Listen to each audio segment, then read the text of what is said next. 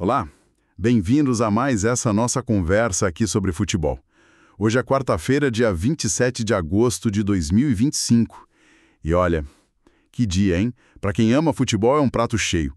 Tem jogo decisivo na Europa, clássico de arrepiar no Brasil. A agenda tá lotada mesmo. A gente separou aqui um material bem bacana, umas análises detalhadas, dados, alguns olhares táticos sobre esses confrontos que vão definir muita coisa, né? Vagas na fase de grupos da Champions, Liga Europa, Conference League e também os primeiros jogos das quartas de final da Copa do Brasil. Muita coisa em jogo. Então, a nossa ideia é mergulhar nisso tudo. Tentar achar aqueles detalhes, sabe? Os padrões, as perspectivas mais interessantes para quem curte futebol de verdade e quer entender um pouco além do placar final. Vamos nessa então, porque o volume de jogo importante hoje é... Nossa. Com certeza, é uma quarta daquelas, né? Muita tensão no ar. De um lado, essa briga na Europa que vale muito, não só prestígio, mas grana também. E aqui no Brasil, rivalidade pura, busca por título na Copa do Brasil, clássicos que mexem com milhões de torcedores. É clima de final em todo lugar. Perfeito. Então vamos começar lá por cima, pelo palco principal da Europa, Liga dos Campeões da UEFA, são jogos de volta dos playoffs, vale vaga na fase de grupos. Quem será que carimba o passaporte, hein? O primeiro duelo que a gente olha é lá em Copenhagen. Copenhagen contra o Basileia. O jogo de ida lá na Suíça foi 1-1. Isso, pelo gol fora, dá uma vantagenzinha para o time dinamarquês, né? Exato. E o desempenho do Copenhagen em casa nessa Champions até agora chama muito a atenção, né? 2 jogos, 2 vitórias, 7 gols marcados e, olha só, nenhum gol sofrido. Um verdadeiro alçapão. Exatamente. E esse dado da defesa em casa é tipo assim, o ponto central dessa partida. Porque o Basileia entra sabendo que precisa marcar, né? O 0-0 não serve para eles. E eles vão enfrentar um time que tá impenetrável em casa na competição. Isso cria um cenário tático muito claro, né? Sim, o Basileia vai ter que se abrir mais. Vai ter que sair para o jogo, buscar o ataque. E aí o Copenhagen, com essa solidez defensiva, pode explorar os espaços que devem aparecer no contra-ataque, né? A análise que a gente viu sugere um jogo com gols, viu? Pelo menos uns 2 aí na partida, e aponta um favoritismo considerável para o time da casa confirmar essa vaga. Algo tipo 2-1, talvez 2-0 para o Copenhagen. Parece um desfecho bem provável. Interessante. Mudando de ares, vamos para Lisboa. Benfica recebe o Fenerbahçe. Lá na Turquia foi 0-0. Então tá tudo em aberto. E se a defesa do Copenhagen impressiona, a do Benfica nessa Champions nossa, quase um caso de estudo, né? 3 jogos até agora, nenhum gol sofrido. 0. Impressionante mesmo. E tem um detalhe curioso. Todos os jogos do Benfica na competição tiveram poucos gols, no máximo 2 por partida. É uma consistência defensiva notável. Muito forte, né? E aí que tá o grande duelo tático da noite lá em Lisboa. De um lado, essa fortaleza defensiva do Benfica, jogando em casa, com aquela tranquilidade de quem não precisa se desesperar, né? Do outro, o Fenerbahçe. Eles são obrigados a marcar e têm um perfil de jogo historicamente um pouco mais aberto. A maioria dos jogos deles na competição teve 3 gols ou mais. Ah, então eles vão ter que arriscar mais do que em casa. Exato, vão ter que se expor mais do que fizeram lá em Istambul. E isso pode ser justamente o que o Benfica quer, sabe? Para controlar o jogo, para ferir o adversário na hora certa. As análises indicam uma chance bem forte de vitória do Benfica sem sofrer gols. Talvez um 1-0, quem sabe um 2-0. Mas essa pressão de jogar em casa, sabe? Com a obrigação de vencer depois do 0-0. Será que isso não pode, sei lá, gerar alguma instabilidade nessa defesa tão elogiada do Benfica? Às vezes, precisar atacar tira um pouco o foco lá atrás, né? É um ponto válido, claro. A pressão existe, não tem como negar. Só que assim, a experiência do Benfica nessas competições e a consistência que eles mostraram até agora, isso sugere que eles sabem lidar com essa pressão. O fator casa, nesse caso, acho que tende mais a fortalecer a confiança do que a gerar um nervosismo excessivo, sabe? O Fenerbahçe vai precisar de uma noite muito inspirada para furar esse bloqueio. Faz sentido, faz sentido. Agora, vamos para a Bélgica. Clube Brugge contra Rangers. Aqui a história é bem diferente, né? O Bruges meteu logo um 3-1 fora de casa lá na Escócia. Vantagem enorme. Muito significativa. E o time belga está numa fase ótima. Muitas vitórias recentes. A pergunta é, tem alguma chance real para o Rangers buscar essa virada? Ainda mais pensando que logo depois tem o clássico contra o Celtic? Isso não distrai. Olha, a situação do Rangers é delicadíssima. Eles precisam vencer por 3 gols de diferença ou por 2 se for tipo 4-2, 5-3. E isso fora de casa, contra um time embalado e um time que já mostrou força mental, né? É bom lembrar que na fase anterior, contra o Salzburg, o Bruges estava perdendo de 2-0 em casa e virou para 3-2. Nossa, verdade. E a forma recente do Rangers também não ajuda, é bem irregular. Sobre o clássico contra o Celtic, é um fator a mais, sim. Pode tirar um pouco o foco, mesmo que inconscientemente.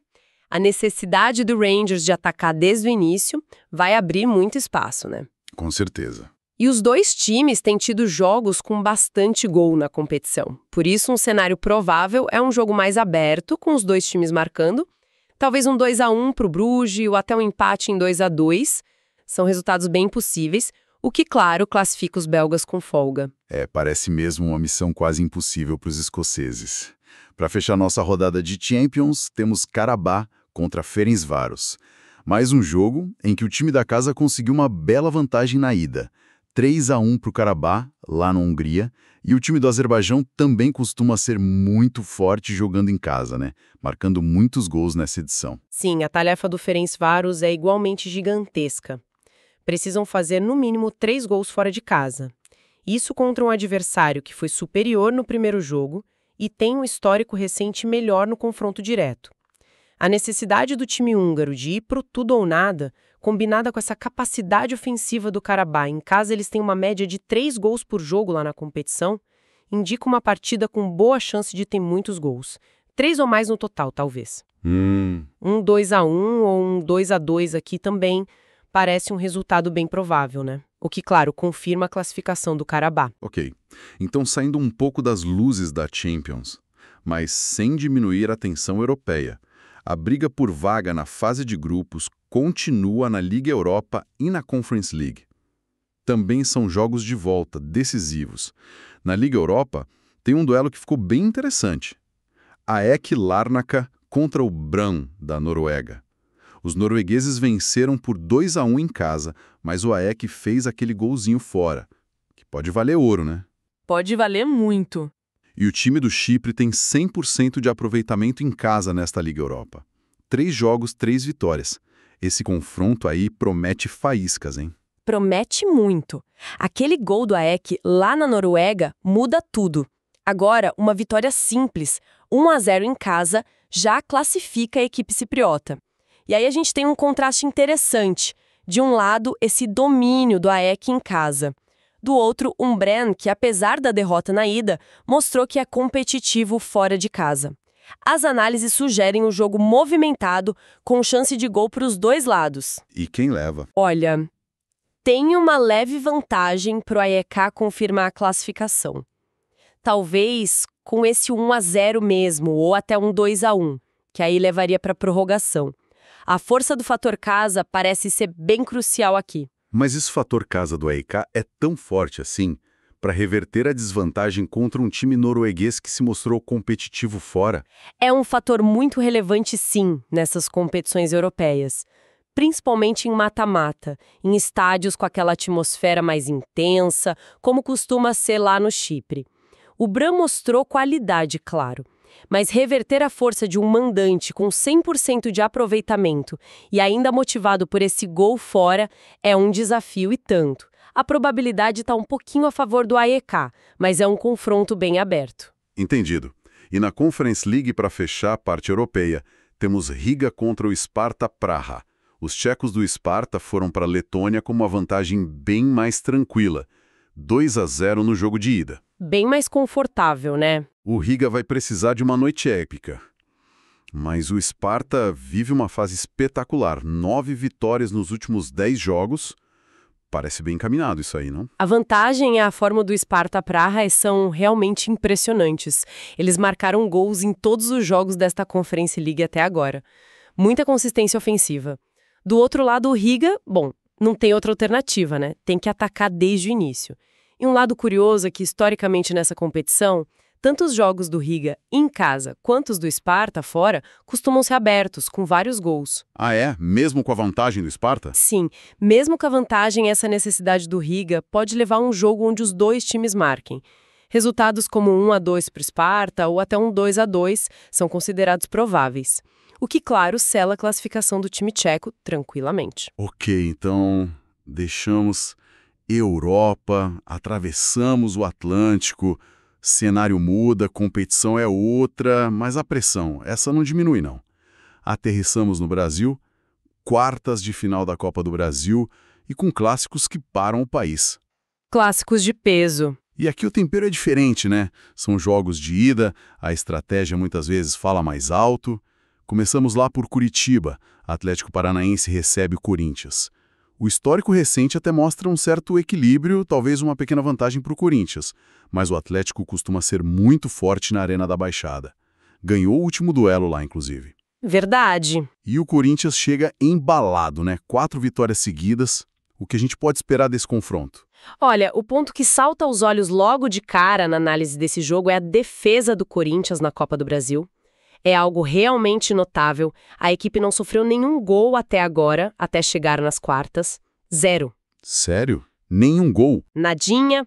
E do outro lado, a gente sabe da força do Atlético em casa, na grama sintética, onde eles costumam impor o ritmo deles. Impressionante esse dado do Corinthians. Mas essa defesa, ela já foi testada assim, sob a pressão da Arena da Baixada lotada, num jogo eliminatório de Copa do Brasil contra um ataque como o do Atlético, que costuma ser forte em casa? É o grande teste, sem dúvida nenhuma. Mas essa solidez defensiva não é por acaso, sabe? É um padrão que está se repetindo. A expectativa geral, por ser jogo de ida e por essa característica defensiva do Corinthians, é de uma partida muito estudada, tática, poucos espaços e, consequentemente, poucos gols. As análises apontam uma tendência forte para um jogo com, no máximo, 2 gols, e a chance de pelo menos um dos times não marcar também é considerada alta. 1-0-1 para um lado, 1-0 para o outro, parece ser o cenário mais provável mesmo. Um jogo de xadrez lá em Curitiba, então. Seguimos para Belo Horizonte, palco do Clássico Mineiro, Atlético contra Cruzeiro. O histórico recente também mostra muito equilíbrio, muitos empates. O Atlético vive um momento de maior instabilidade, talvez, enquanto o Cruzeiro parece ter encontrado um caminho melhor nas últimas semanas. Como é que a gente desempacota esse clássico? E se a defesa do Corinthians impressiona, prepara o coração. A do Cruzeiro na Copa do Brasil é exatamente igual. Nenhum gol sofrido até aqui. É incrível, né? 2 equipes chegando nas quartas com defesas perfeitas na competição. Não acredito. 2 muralhas intransponíveis e se enfrentando em clássicos nas quartas. Isso muda completamente a perspectiva. Como fica o jogo lá no Mineirão, então? Especialmente com a pressão toda em cima do Atlético por jogar em casa e viver essa fase mais instável. Fica um jogo de altíssima tensão e provavelmente de muita cautela. A pressão vai estar, sim, toda nas costas do Atlético, que precisa propor o jogo para a torcida. O Cruzeiro, por outro lado, deve se sentir confortável, pode apostar nessa defesa sólida e explorar um contra-ataque, um erro do rival. Assim como no jogo do Corinthians, a tendência clara é de poucos gols. As análises também indicam uma alta probabilidade de jogo com, no máximo, 2 gols. E chance de alguém não marcar de novo. Chance significativa de pelo menos uma das equipes passar em branco, sim. E não dá para descartar o empate, né? Algo bem comum nesse clássico, 1-0 para alguém ou um 0-0 são resultados bem cotados. Nossa, 2 clássicos com defesas perfeitas. O roteiro da Copa do Brasil tá interessante demais. E para fechar a noite, mais um clássico de gigantes, dessa vez lá no Rio. Vasco e Botafogo, o clássico da amizade. Mais um jogaço. O retrospecto recente também é equilibrado. O Vasco vem oscilando um pouco mais, talvez, enquanto o Botafogo parece ter encontrado uma estabilidade maior. E adivinha? A defesa volta a ser um fator crucial aqui também. O Botafogo sofreu só um golzinho em toda a Copa do Brasil até agora. 1. Isso significa que em 75% dos jogos deles na competição, a defesa saiu ilesa. Caramba! Então, teremos o Vasco, que costuma ter força ofensiva lá em São Januário, tentando furar esse bloqueio defensivo do Botafogo. O Vasco, em São Januário, costuma pressionar, né? Criar volume. Será que eles conseguem ser o time a finalmente vazar essa defesa do Botafogo de forma mais consistente? Mesmo sendo o jogo de ida, que costuma ser mais amarrado? É o grande desafio do Vasco. A dinâmica do jogo de ida pode até favorecer a estratégia defensiva do Botafogo, mas a pressão de São Januário pode empurrar o Vasco para cima.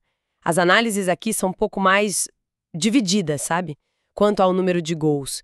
Há uma expectativa de que saia mais de um gol na partida, mas, curiosamente, a maior probabilidade ainda é de um jogo com no máximo 2 gols. Entendi. Então placares como... Isso, sugere placares tipo 1-1, ou talvez uma vitória por 1-0, 2-0 para um dos lados, ou até um 1-2. As chances de vitória parecem bem distribuídas, refletindo o equilíbrio do clássico mesmo. Ufa! Que maratona de jogos decisivos e análises, hein?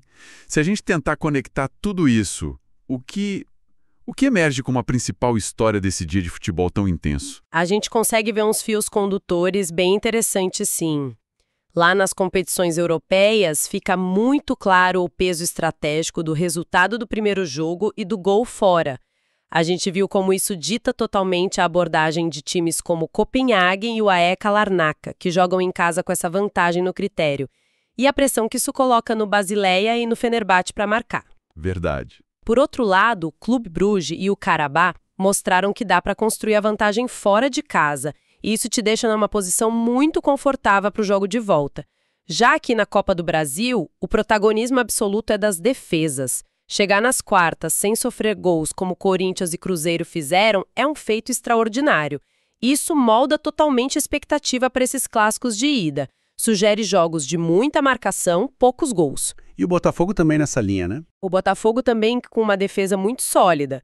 É um contraste interessante com a Europa, onde a necessidade do resultado no jogo de volta tende a abrir mais as partidas, né? E o fator casa? Ele continua relevante, como a gente viu com o Copenhagen e a AEK, mas não é garantia absoluta. Bruges e Karabakh provaram isso na ida. É um elemento importante na equação, mas a qualidade e a estratégia do visitante podem superar. Entendi. Então, no fim, a gente tem esse embate tático, a cautela estratégica dos jogos de ida aqui no Brasil, contra a urgência e a necessidade de gols que devem marcar os jogos de volta lá na Europa.